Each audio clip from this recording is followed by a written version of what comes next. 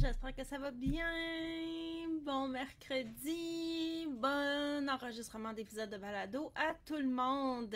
Si vous m'écoutez en vidéo, vous pouvez voir j'ai pas mal de bordel en arrière de moi.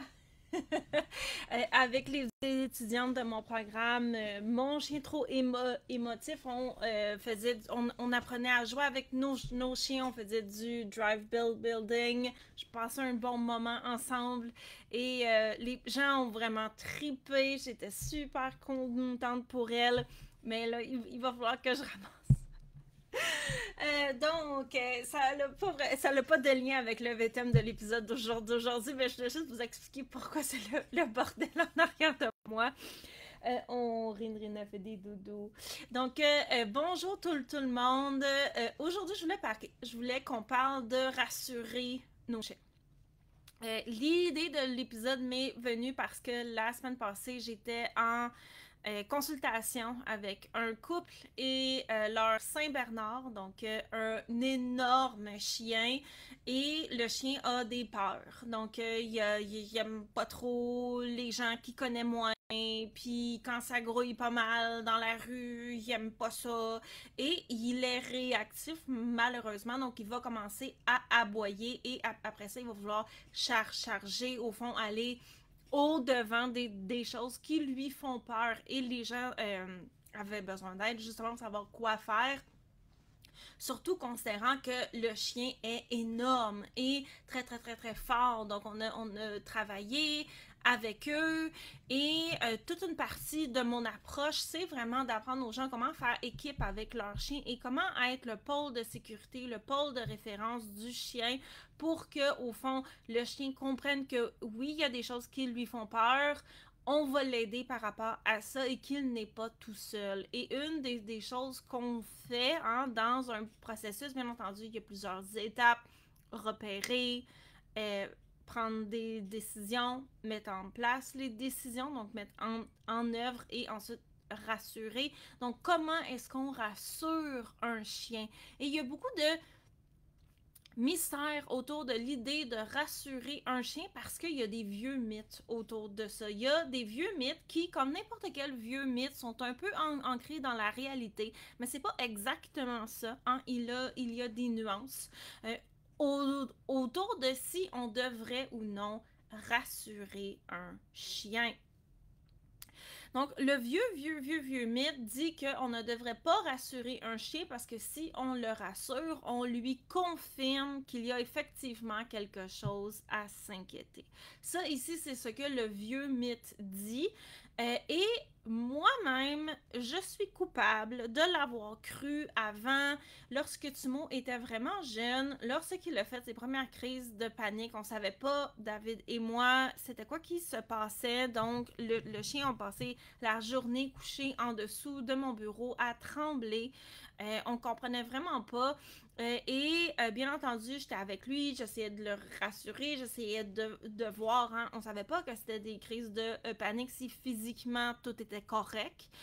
Lorsqu'il était à l'extérieur, il allait mieux, mais aussitôt qu'on retournait à la maison, il avait peur. Donc, il était couché en dessous de mon bureau en train de trembler et je l'accotais sur moi, je le flattais, je le rassurais. Il a passé la journée comme ça jusqu'à temps qu'on se rende chez le vétérinaire, on apprenne que c'était des crises de panique. Donc, j'ai fait des recherches et je suis tombée sur ce fameux mythe-là qui disait il ne faut pas rassurer un chien parce que, au fond, on lui confirmerait qu'il y a effectivement quelque chose à s'inquiéter.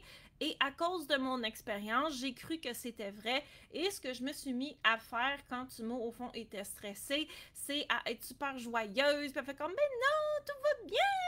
Et c'était beaucoup plus facile de le sortir de sa crise en faisant ça. Donc, j'ai longtemps cru que c'était vrai, jusqu'à qu'aujourd'hui, au fond, bien entendu, de par mon travail en éducation canine, j'ai suivi des formations, j'ai suivi des cours, j'ai expérimenté pour me rendre compte que non, ce n'est pas vrai. Donc, vous pouvez sans problème rassurer un chien qui a peur, un chien qui a des inquiétudes, un chien qui est pas sûr, et même que idéalement la façon la plus efficace de le faire, c'est pendant que le chien regarde par exemple la porte de garage qui s'ouvre puis qui se dresse un petit peu, puis qui regarde là, puis qui est pas sûr. Il est en train de décider, au fond, s'il aime ça ou non, puis si c'est sécuritaire ou non. C'est souvent le meilleur moment pour justement rassurer le chien et lui dire que tout est correct et bien entendu de poser les gestes qui vont avec ça. Sauf que comme dans n'importe quoi, il y a des nuances. Il y a une différence entre rassurer un chien et j'ai pas vraiment d'expression pour le dire de la bonne façon, mais conforter un chien au fond et un être humain, c'est la même chose dans ses pas peur, ok? Donc, le meilleur exemple que j'ai jamais vu pour distinguer, au fond, tout ça, c'est l'exemple de l'accident. Okay? Si vous avez un accident avec quelqu'un d'autre et que cette personne-là est en panique, ok? Elle est en panique, ou pas nécessairement en grosse panique, mais tu sais, elle est secouée, à peur, elle s'inquiète. Et la personne dit ah bon sang, on aurait pu mourir, hein? Elle est très émotive. Qu'est-ce qu'on va faire pour lui répondre? Et c'est là que toutes les nuances par rapport à rassurer, est-ce qu'on est joyeux, est-ce qu'on essaie de changer les idées, est-ce que vont venir à être en ligne de compte. Donc, si la personne dit hey, on était dans un accident, on a failli mourir, allez-vous lui répondre hey, c'est vrai, hein? On a failli crever, on aurait pu être là, on aurait tellement souffert, on aurait foncé dedans et on aurait pu tuer du monde puis s'étamper sur le pavé puis se ramasser à l'hôpital, se faire poursuivre puis en mettre pour rendre le scénario absolument catastrophique.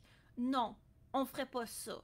Parce que, hein, ben, sauf si nous-mêmes, là, on est tellement secoués qu'on perd un petit peu le contact avec nos facultés à réfléchir, parce que ça, ici, c'est enfoncer le malheur. On ne fera pas ça. Ce n'est pas une bonne idée. La personne ne se sentira pas mieux. Le but étant, bien entendu, que la personne se sente mieux. Donc, hein, on ne va pas accentuer le mal qui se passe. Okay? Deuxième option, admettons que quelqu'un dise ah bon ça on a eu un accident, on aurait pu mourir. Allez-vous nier ce qui s'est passé? Et ce qu'on voit souvent, hein, les gens qui pensent qu'il faut qu'ils nient un peu à leurs chiens ou à de jeunes enfants ce qui s'est passé en disant ben voyons donc, c'est rien passé, on a juste passé là tout simplement, on a frôlé un arbre, mais comme c'est pas si pire, voyons donc, t'exagères donc, alors que la voiture est tout bousillée, hein, la remorqueuse elle est là pour le ramasser, la personne a mal partout, peut-être qu'elle saigne un petit peu. Non, on ferait pas ça. On trouverait que c'est insensible et on trouverait que c'est un peu nono de venir diminuer ce qui s'est passé. Pourtant, sans s'en rendre compte, c'est le genre de choses qu'on a tendance à faire avec à la fois des chiens ou de jeunes enfants parce que la chose qui leur font peur nous apparaît comme étant ridicule.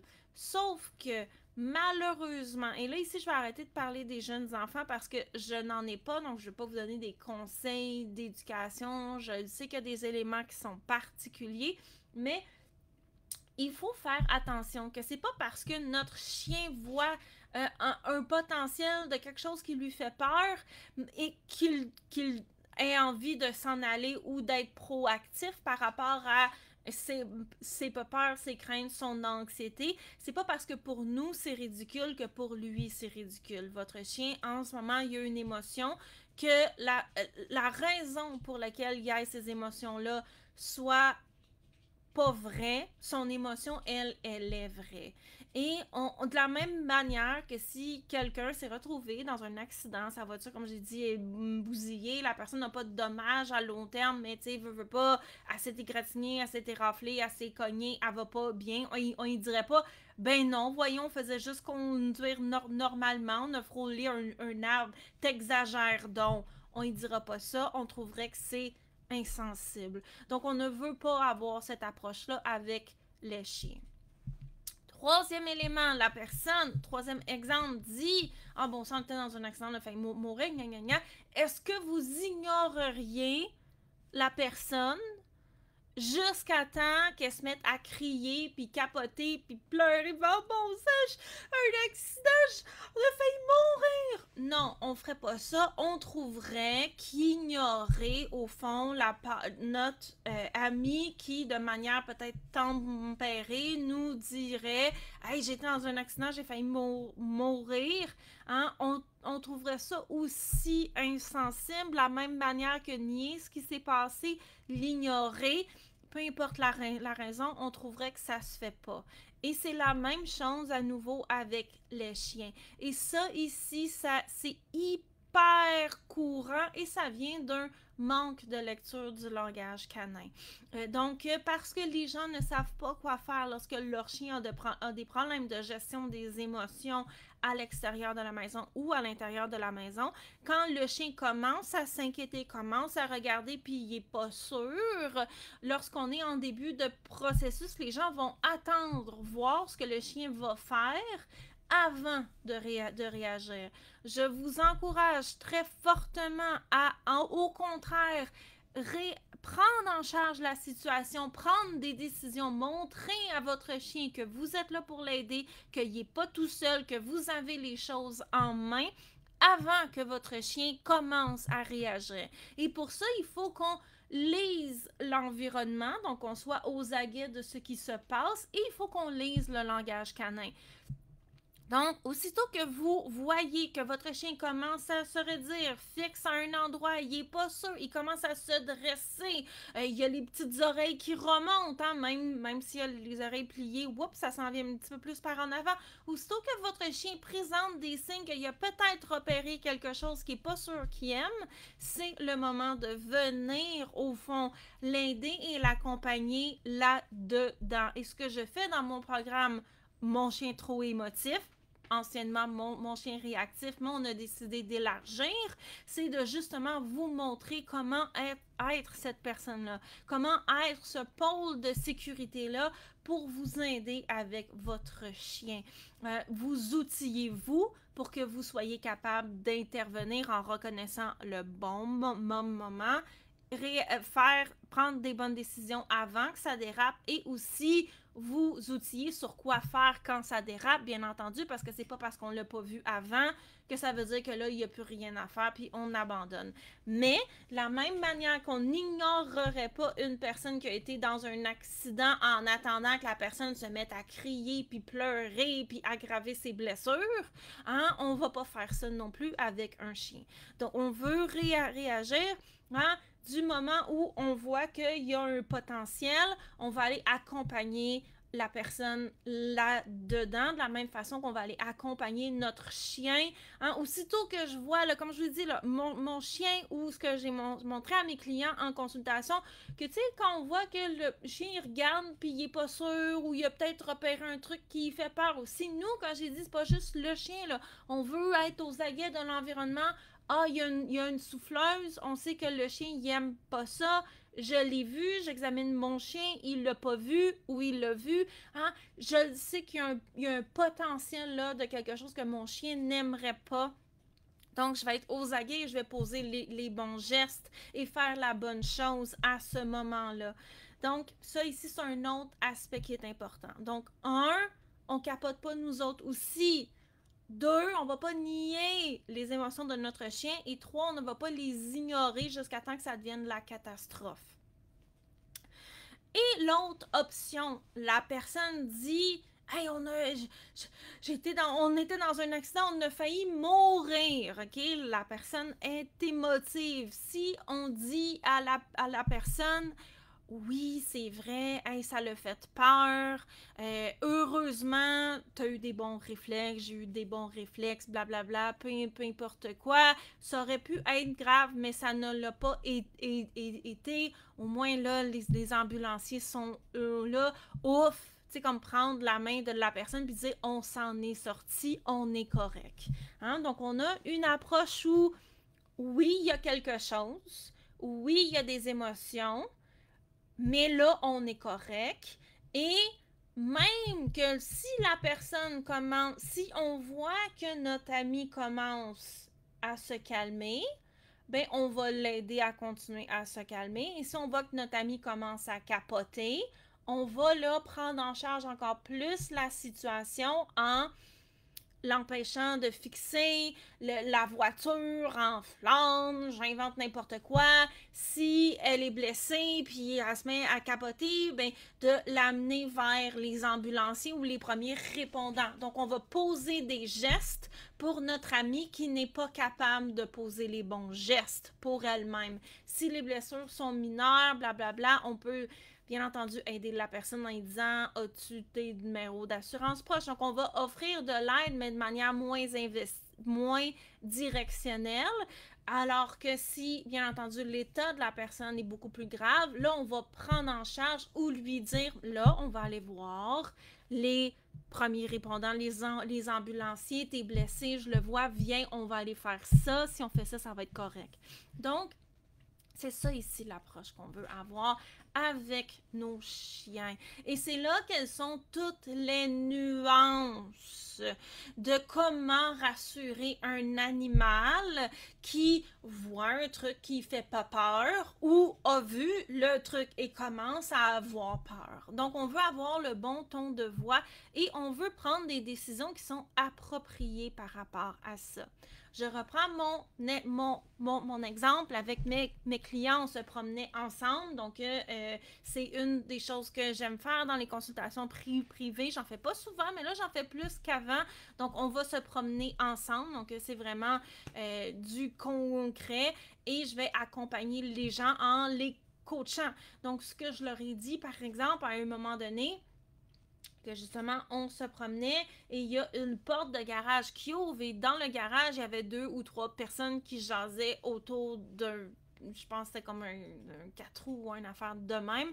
Le chien l'a vu, il a commencé à se redire, il examinait là, il regardait là, tu sais, mais on n'a pas attendu qu'elle finisse sa décision, on a fait et avec à nouveau le bon ton de voix, dire les bons mots, ça aide à avoir le bon ton de voix et prendre des décisions qui vont aider le chien par rapport à son état émotionnel. Hein? Le degré de directive va être proportionnel au degré de perte de contrôle du chien. Ouais. Donc, là, comme le chien, il était juste en train d'examiner, il était pas sûr, mais wow, c'est quoi ça? Hein, on a fait, hein, ben oui, la porte de garage elle a ouvert, je l'ai vu, c'est pas grave. Viens-t'en, on va continuer. Pour que le chien arrête de fixer et qu'on veut pas qu'il finisse de prendre sa décision s'il aime ça ou non. Plus tard, en protocole, là, oui, je commencerai un processus pour rendre le chien un petit peu plus indépendant, mais à ce point-ci, on n'est pas là. Donc, on va, effectivement, il y a eu quelque chose, je l'ai vu, mais c'est pas si grave que ça, je suis là. Voici ce qu'on va faire et les décisions qu'on va prendre et à quel point on va aider le chien. Hein, là-dedans, je l'ai dit, va être proportionnel au danger réel. Et aussi au risque ou au degré de perte de contrôle du chien. À un moment donné, le chien a vu un autre chien. Si je lui disais « suis-moi, viens, on s'en va », il ne m'aurait pas écouté. Fait que je ne l'ai pas fait. De ce point-là, je lui ai donné une commande claire. on s'en va et j'ai utilisé mes gestes. Donc, ça ici, j'ai montré à mes clients comment faire. Dans mon programme Mon chien trop émotif, on le voit aussi pour que le chien me suive. Quand le chien a voulu retourner pour aller japper après l'autre chien, hein, j'ai fait non, non, non, non, bébé, hein, nous, on s'en va. Ben là, je ne l'ai pas appelé bébé parce que c'est pas mon chien, mais si ça avait été le mien, c'est ça que j'aurais dit. Donc, on s'en va. Je le sais, je l'ai vu, mais on fait pas ça. Tu t'en viens. Allez. Et à nouveau, j'aurais empêché de faire le comportement que mon chien voulait faire parce que c'était pas bon pour lui. Donc, c'était pas bon. Et, hein, donc là, ici, j'ai été beaucoup plus stricte et directive, ce qui ne m'a... parce que mon but est d'être bienveillante. Ce que mon chien veut en ce moment, ce n'est pas productif avec le fait de se sentir bien. Hein? C'est un chien. Ses facultés de décision sont pas super bonnes. On s'entend. Un chien, ça se liche les fesses, là. Fait qu'on se fiera pas sur lui pour prendre des bonnes décisions. Donc, à ce moment-là, c'est moi qui prends la décision et qui m'arrange pour que ça arrive. Donc, est-ce qu'on rassure un chien ou non?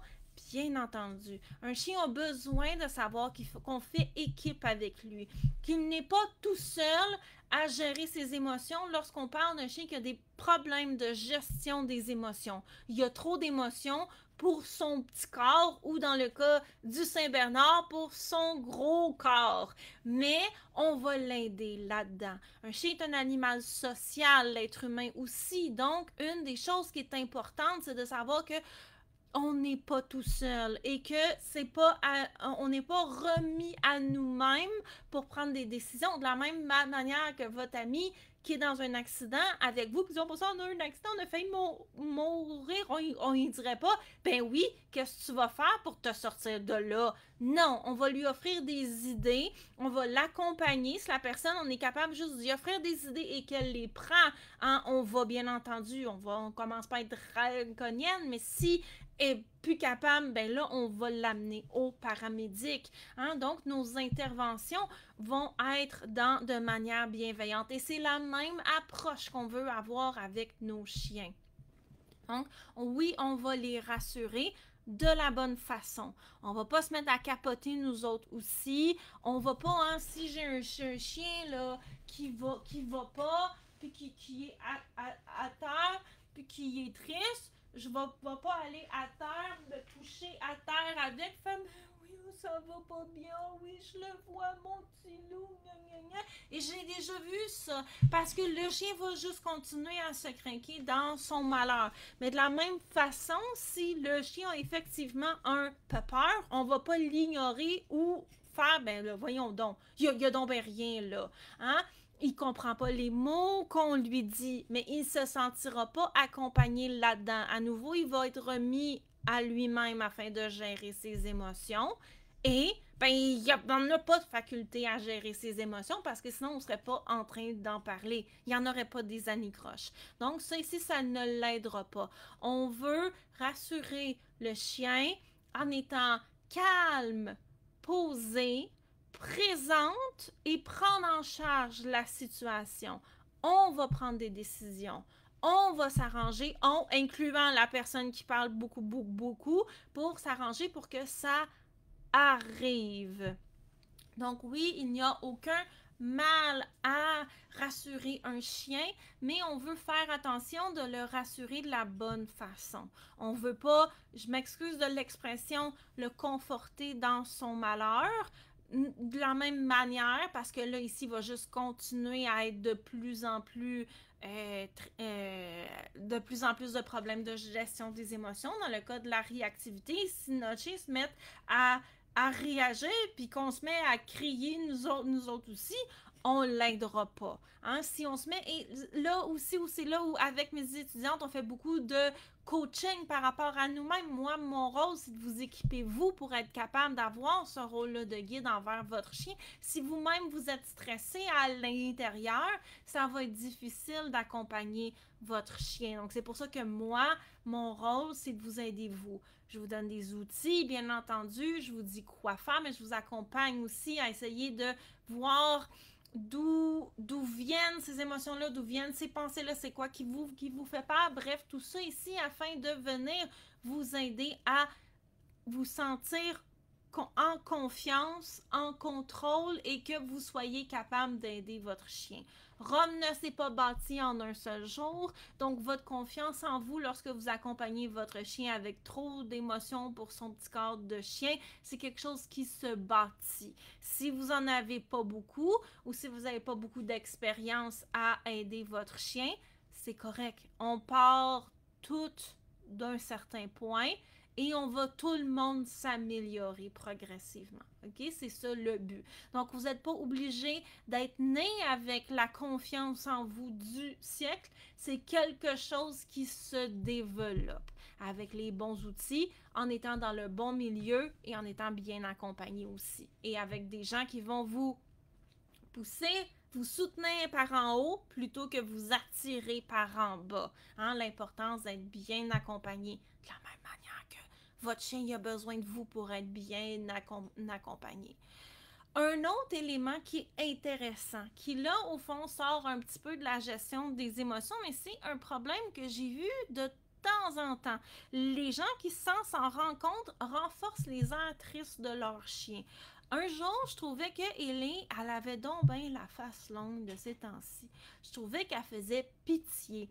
Et donc, j'avais décidé que j'allais lui changer les idées pour essayer de la mettre de bonne humeur. Donc, à chaque fois que je voyais qu'Ellie elle faisait des petits airs tristes, j'essayais de la distraire, je lui donnais de l'attention, je jouais avec elle, je donnais des biscuits, bref, j'essayais de faire quelque chose pour lui remonter le moral. Et je me suis rendu compte que ça l'arrivait de plus en plus, jusqu'à ce qu'elle vienne proche de moi, puis qu'elle commence à faire son petit air triste.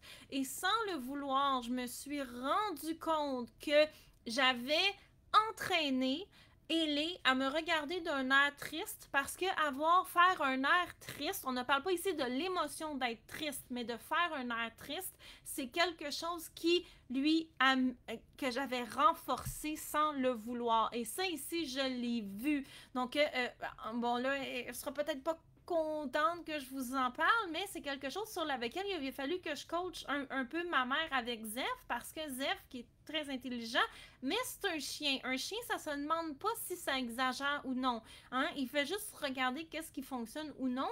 À un moment donné, on s'est rendu compte que ma mère trouvait ça difficile lorsque Zeph la regardait d'un air en ayant l'air de s'ennuyer. Et donc, elle essayait de l'occuper pour pas qu'il y ait de l'air de s'ennuyer. Et elle est arrivée avec le même problème que Zeph, au fond, venir se coucher proche d'elle, puis avait de l'air de s'ennuyer, puis trouvait ça plate. Et elle s'assoyait à terre pour le flatter, ou elle lui donnait une activité où elle allait X ou Y. À un moment donné, il a fallu que je lui dise, il va falloir que tu le laisses s'ennuyer de temps en temps. Un, parce que sinon, il apprendra jamais. Il était correct chez moi, mais chez elle, il la sollicitait constamment parce que ça fonctionnait, hein, pour avoir de l'attention. Et c'était encore plus efficace s'il faisait des petits airs tristes. C'est comme un corgi, il est spécialiste dans l'art de faire pitié. Donc, en lui montrant les petits yeux, puis... Et donc, il a fallu que ma mère se développe une certaine carapace par rapport à ça, parce que sans s'en rendre compte, elle avait renforcé le chien à lui montrer des airs qui font de plus en plus pitié. Et avec Ellie, au fond, ce que j'avais fait, c'est que j'avais décidé que plutôt que lorsqu'elle faisait des petits airs tristes, d'essayer de lui changer les idées, j'allais lui donner toutes ces bonnes choses-là qu'elle aimait, jeux, attention, des trucs à gruger, bref, plein de choses quand elle avait l'air joyeuse. Parce que moi, je trouvais ça déprimant de avoir l'air un petit air triste. Donc, ça l'a pris vraiment pas longtemps et le problème a été réglé. Et donc ça, ici, c'est pas nécessairement en lien avec rassurer un chien ou non, mais c'est quand même quelque chose qui arrive sur lequel on veut faire attention. C'est surtout les gens au grand cœur qui sont sensibles, souvent qui se font attraper. Donc, on veut faire attention à ça aussi et reconnaître, là, est-ce qu'il y a vraiment quelque chose qui se passe ou est-ce que le chien il a juste compris que s'il faisait pitié, puis qui s'ennuie, ben il allait avoir du entertainment. Donc, à nouveau, pour répéter ce mythe-là qu'on ne devrait pas rassurer un chien a la vie dure parce qu'il y a un certain fond de vérité dans le sens où si on rassure de la mauvaise façon, le chien va continuer à être malheureux. Parce qu'il y a beaucoup de gens qui vont essayer de rassurer le chien qui le font mal. Et au fond, le chien, il se sent pas mieux. À la place, on veut rassurer de manière, proactive. 2, oui, il y a effectivement quelque chose. 3, je suis là, je m'en occupe. Mais dire je suis là, je m'en occupe, tout ça, là, c'est du vent. OK? C'est du vent. Le chien, il comprend pas ça.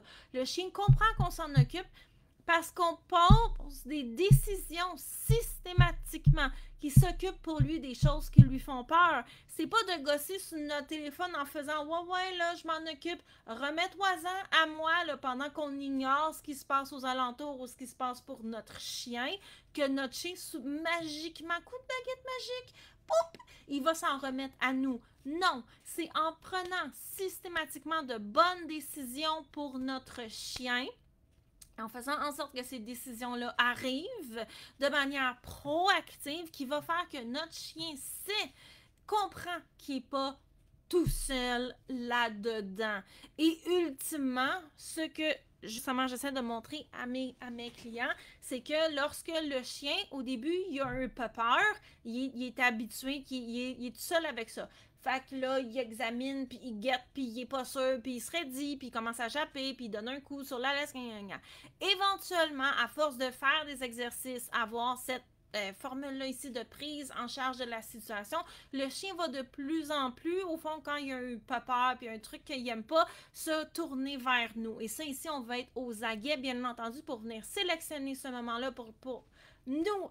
Là, tout de suite, je prends la bonne décision, je fais la bonne chose, je m'en occupe pour que le chien comprenne, OK, en plus que maman, elle s'en occupe, je peux lui demander quand il y a un problème. Donc ça ici, c'est l'autre étape qui vient par après. Et éventuellement, dans le futur, mais là, on va parler de tout ce qui touche au fond rendre le chien plus indépendant, mais ça ici, ça donne rien de vouloir faire ça sans avoir fait les autres étapes avant. Et donc, on ne veut pas capoter avec notre chien, on ne veut pas nier ce qui se passe parce que là, on est en train de lui montrer qu'effectivement, tu es tout seul. On va avoir la bonne approche pour lui montrer, je sais, je l'ai vu, c'est pas si grave que ça, je m'en occupe. Viens te mettre de l'autre bord, par exemple, hein, donc on va mettre de la distance. Viens, on va continuer, on va s'éloigner. Le chien comprend absolument rien de ce que je lui ai dit. Comme je dis à mes clients, hein, on pourrait réciter le tableau périodique des éléments, ça ne change rien. Ce qu'il comprend, c'est notre ton de voix, notre non-verbal et nos décisions. Ultimement, ce qui s'est passé, mon chien, il y a eu un gros bruit quand la porte s'est levée. Il a vu qu'il y avait du monde. Il n'aime pas trop le monde qu'il connaît moins. Une fois qu'il les a rencontrés, c'est correct. Ah, mais là, ils sont dans la rue. On peut pas aller rencontrer tout le monde dans la rue, là. Hein, c'est normal. Il y a des étrangers, c'est comme ça. Donc, il faut qu'on les traite en étrangers puis qu'on montre au chien, voici quoi faire quand il y a des étrangers. Donc, ce que j'ai fait ici, le chien, comme je le disais, hein, il y a eu gros bruit, il y a eu des étrangers, il aimait pas ça. Ma tante, c'est moi ça, hein, je suis la matante de vos chiens. Donc, la matante plate puis la matante rassurante en même temps, off dit, ben viens de l'autre bord, puis on va continuer. Quand j'ai écouté ma tante, là, ici, le chien, je fais de l'anthropomorphisme, bien entendu, les choses que j'aime pas, se sont éloignés, ben parce que nous, on s'est éloignés, puis j'ai été correct. Donc, ma tante apprend des bonnes décisions. Et progressivement, le chien apprend que moi, là, je suis le pôle de sécurité. Mais ça, ici, il n'y a rien qui va convaincre vos chiens que vous êtes son pôle de sécurité si vous n'agissez pas en pôle de sécurité. Si vous ne savez pas comment, ou si vous n'êtes pas capable parce que vous-même, vous n'avez pas de pôle de sécurité, je peux être ce pôle de sécurité-là, je peux vous aider. Donc, envoyez-moi j'ai fait une refonte de mon programme Mon chien réactif récemment. Donc, la page de description avec tout ce qu'on fait n'est plus à jour parce qu'on fait beaucoup plus de choses que ça maintenant. Au fond, j'ai bonifié l'offre, mais la page d'inscription, elle est ici. Vous pouvez aussi me contacter en privé pour me parler de votre chien pour qu'on voit est-ce que c'est un bon candidat pour le programme. Et bien entendu, si vous me connaissez moins et que c'est une des premières fois que vous avez un épisode de balado avec moi, j'ai ce cours-là ici qui est gratuit, auquel vous pouvez vous joindre. Comme je l'ai dit, c'est gratuit, donc inscrivez-vous dès maintenant pour pouvoir, au fond, avoir ce cours-là et qu'on prenne connaissance. C'est correct, c'est normal, mais si vous avez devoir prendre connaissance. Donc, dans les deux cas, je suis là pour vous aider. On a une option gratuite. On a une option, si vous voulez vraiment là qu'on travaille ensemble. Et c'est normal. À nouveau, je l'ai dit, votre chien doit apprendre quoi faire lorsqu'il y a une chose qui l'inquiète et vous devez apprendre comment être là pour votre chien. La confiance, l'utilisation des outils au bon moment, avec les bons outils, c'est quelque chose qui s'apprend et vous avez besoin d'être bien entouré. Moi, je vous offre tout ça dans mon programme et vous pouvez déjà commencer avec un outil que je vous donne avec le cours gratuit. Merci tout le monde, on se revoit la semaine prochaine. C'était un super bon épisode de balado donc je vous souhaite une super bonne semaine. On se revoit la semaine prochaine. Bye bye! Au revoir!